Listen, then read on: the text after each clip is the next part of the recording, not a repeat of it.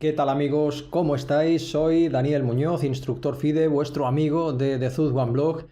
Y hoy vamos a ver una auténtica joya, una partida absolutamente maravillosa entre uno de los grandes de la historia del ajedrez, que ya sé que os gusta muchísimo, que además me agrada mucho que os guste este jugador, porque no suele estar en las quinielas de los más espectaculares, pero sí que es uno de los grandes teóricos y uno de los grandes diseñadores de planes, Petrosian, Tigran Petrosian, el jugador georgiano que, bueno, se hizo famoso fundamentalmente por su dominio de la profilaxis y por ser seguramente uno de los rivales más difíciles de batir. Era un jugador que también manejaba muy bien la táctica, pero tenía una grandísima capacidad para adelantarse a las amenazas de sus rivales y de hecho fue un gran competidor en los títulos mundiales, ¿no? Además, la historia de Petrosian es muy curiosa porque quedó huérfano muy pronto, muy pequeño, y sobrevivió tras la Segunda Guerra Mundial barriendo las calles. Y empezó a jugar a los 8 años, una edad en la que, bueno, muchos niños aprenden, pero que, claro, en las condiciones en las que lo hizo Petrosian no eran las mismas, ¿no?, que tenemos hoy en día en la sociedad, digamos, occidental. Bueno, Petrosian con blancas, año 1959, y con negras tenemos también a un jugador muy fuerte, no tan conocido como Petrosian, Nikolai Krogius. Nikolai Krogius fue gran maestro, una persona muy versada, doctorado en psicología, entrenador de ajedrez, y fue entrenador de Boris Spassky durante muchos años, y entre ellos los años en los que Boris Spassky estuvo ostentando el título de campeón del mundo. Por lo tanto, no era un cualquiera, era un jugador muy fuerte, no tan conocido como Petrosian, pero que lógicamente tenía su control del ajedrez y de la estrategia. Venga, vamos a ver esta partida que es súper representativa del estilo de Petrosian. D4, caballo F6, caballo F3, G6, C4, alfil G7, caballo C3, D5, nos encontramos en la defensa Grunfeld con la variante de alfil G5, caballo E4, C por D4, caballo por G5, caballo por G5, E6, caballo F3, E por D5 y E3. Me gusta mucho esta partida porque a partir de la apertura la situación es muy equilibrada y es una posición arquetípica, una posición muy útil desde el punto de vista pedagógico para ver cómo se construye un plan. Muchas veces es bastante fácil explicar cómo se desarrolla todo un plan a partir de una debilidad o a partir de algún motivo táctico, pero en esta partida vamos a ver que esa debilidad no existe y es necesario generarla primero para a partir de ese momento construir todo un plan súper ingenioso, entendiendo muy bien el valor de las amenazas antes de su ejecución. Vais a ver, entender esto perfectamente enseguida. Enroque corto, alfil D3, caballo C6, enroque y caballo E7. Bueno, podemos decir que más o menos ha finalizado la apertura. Al negro le faltaría únicamente desarrollar su alfil de casillas blancas, pero lo va a hacer enseguida. La idea de la jugada caballo E7 es doble. Por un lado, busca cambiar el fuerte alfil de casillas blancas del blanco, y por otro lado permite en un futuro hacer la jugada C6 construyendo, voy a hacer otra jugada para poder hacer la jugada C6, bueno, vamos a ver, voy a hacer cualquier jugada, para poder hacer la jugada C6 construyendo una estructura muy conocida en ajedrez, esta estructura en forma de serpiente que recorre el tablero de manera diagonal, de una manera prácticamente simétrica, que se llama estructura Carlsbad. Es una de las estructuras más importantes que existen en ajedrez, especialmente si sois jugadores de D4. Os la vais a poder encontrar en muchas aperturas, en la defensa Caro-Kann, en la defensa eslava, en el gambito de dama. Hay muchas transposiciones que nos llevan a este tipo de estructura y es muy muy importante dominarla. Si queréis aprender más de esta estructura, tengo un curso de casi 4 horas donde os cuento todas las estrategias que tenéis que conocer. Os dejo el enlace en la descripción del vídeo por si alguien quiere ampliar la información. Bueno, la cuestión es que la partida siguió con caballo E7 y aquí Petrosian ya se anticipa a las jugadas de su rival, algo muy característico del jugador de blancas, y lleva a cabo la jugada B4. Muy buena jugada desde el punto de vista estratégico. ¿Cuál es la idea de Petrosian? Bueno, atendiendo a que el peón de C7 puede ser un peón vulnerable por la columna C, es necesario evitar que este peón avance y que si avanza, se llega a avanzar, si el peón se llega a situar en la casilla C6, lo haga con algunos problemas, y de ahí la jugada B4. ¿Por qué decimos que si el peón avanza a C6 lo va a hacer con algunos problemas? Porque yo posteriormente podré ejecutar la jugada B5. Esta es una de las estrategias más frecuentes en este tipo de posiciones, el llamado ataque de minorías, que luego con el paso de los años se fue sofisticando y se fueron añadiendo estrategias mucho más refinadas, pero como digo, Petrosian en este momento se anticipa, lleva a cabo la jugada B4 y pretende jugar de una manera ortodoxa, de una manera sencilla. Es decir, mi rival jugará C6, yo jugaré B5 y mi idea es cambiar el peón de B por el de C para provocar un peón débil, un peón que no tenga protección en C6. Alfil F5, todo según lo previsto, alfil por F5, caballo por F5 y B5. Esta es la construcción del plan. Y a partir de este momento podemos decir que todo el juego del negro va a pivotar en relación al peón de C7. Vais a ver de qué manera tan precisa, de qué manera tan esquemática y tan bien estructurada Petrosian construye todo un armazón de estrategias y de maniobras contra el peón de C7. Siguió dama D6, dama B3. Esta jugada también es útil y es importante porque pone presión en el punto D5, y ahora cuando el caballo vuelva a E7, que de hecho el caballo no tiene en este momento buenas casillas, es como un problema en la posición del negro y tiene que mejorarlo de alguna manera. Cuando el caballo vuelva a E7 va a tener también que estar pendiente del peón, tanto la dama como el caballo de D5. Torre C1, muy buena jugada, rey H8 y ¿cómo seguir presionando? ¿De qué manera mejorar nuestras piezas? Pues de una manera muy lineal y muy constructiva. Torre C2, ¿cuál es la idea? Llevar la otra torre a A1. Como veis, todo el juego del blanco es muy esquemático, muy armónico, muy fácil de entender. Primero se fija esta debilidad de C7. Es verdad que este peón podría avanzar, pero si avanza lo va a hacer en malas condiciones, como explicaba antes, por lo tanto podemos considerar que la debilidad está fijada y posteriormente se presiona. Siguió H6, torre C1, más presión y finalmente ya el negro decide tratar de liberarse de esta falta de espacio y de esta presión tan incómoda sobre el punto C7 y decide finalmente avanzar el peón de C6. Ya sería posible por parte del blanco llevar a cabo la jugada B por C6 y a B por C6 pues venir con el caballo a A4 de manera que el caballo se convierta en una pieza muy fuerte en el punto C5 mientras se mantiene la presión contra el peón de C6. Esto ya sería posible. Lo que pasa es que Petrosian decide utilizar un tipo de filosofía distinto, que es el de continuar minando psicológicamente a su rival haciendo la jugada caballo A4. De esta manera se reserva tanto la opción de B por C6 en un futuro y le permite y de alguna manera le obliga, mejor dicho, a su rival a que tome alguna decisión.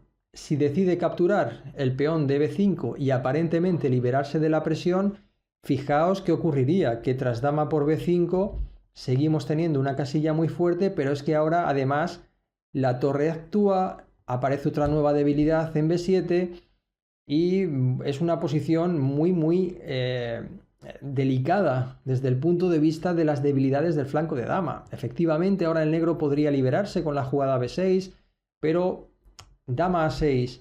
Y ahora, como digo, se nota otra nueva debilidad. Es como una cadena de debilidades que vienen de debilidades anteriores. Es una causa-efecto de debilidades que es muy característica de este tipo de estrategias de peones colgantes, no, de minoría de peones, de ataque de minorías, que se me va la cabeza. Bueno, volvamos hacia atrás.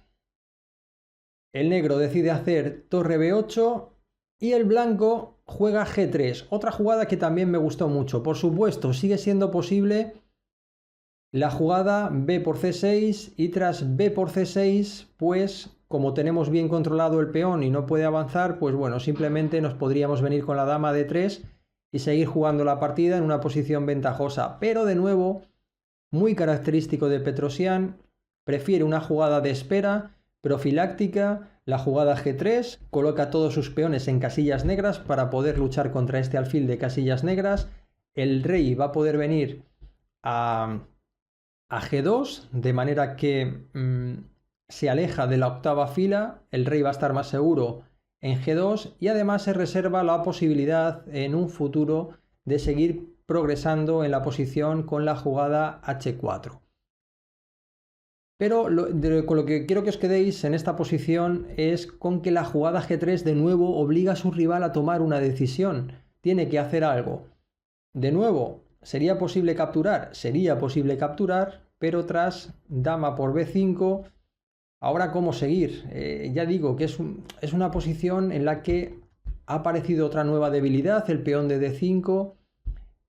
El control es absoluto de la columna C y podemos decir que es una posición de clara ventaja para el blanco. Por eso el negro hace en rey H7 y el blanco de nuevo insiste y sigue reforzando su idea de permitir que su rival tome el peón y obligarle una y otra vez a que tome una decisión.